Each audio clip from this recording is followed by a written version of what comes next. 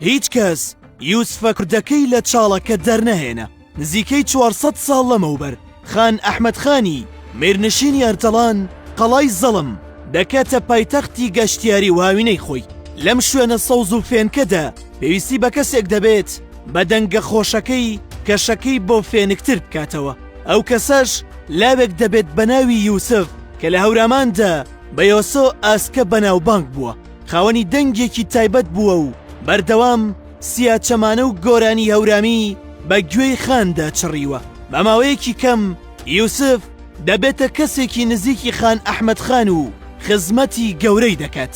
بەڵام لە گەرمەی ئەو پەیوەندیەدا کەسانی دەوروبەری خان لەوە ئاگدار دەکەنەوە و پێی دەڵێن یوسفی دەنگبێژ پەیوەندی سۆزداری لەگەڵ هاوسەرەکەتدا هەیە. هاوسەری خان کچی شا عەباسی سەفەوی بووە و ناوی خاتوو کڵاوزەر بووە. لە شۆخ و شەنگیدا کەم وێنە بووە.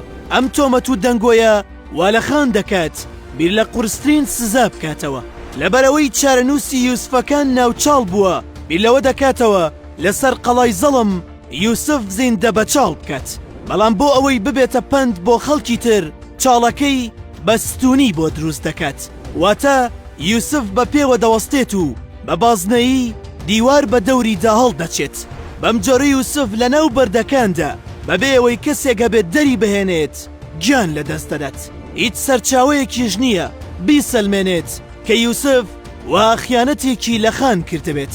ئەم چیرۆکەی یوسفی کورد زۆر لە چیرۆکەکەی یوسفی پەیامبەرەوە نزیکە بەوەی کە هەردووکیان مەحکومی چاڵ کران، هەردووکیان تۆمەتی خۆشەویستیان درایە پاڵ و هەردووکیان بەهرەدار بوون. بەڵام جیاوازی یوسفە کوردەکە ئەوە بوو کە هیچ کەسێک ئەوی لەو چاڵە دەرنەهێنا.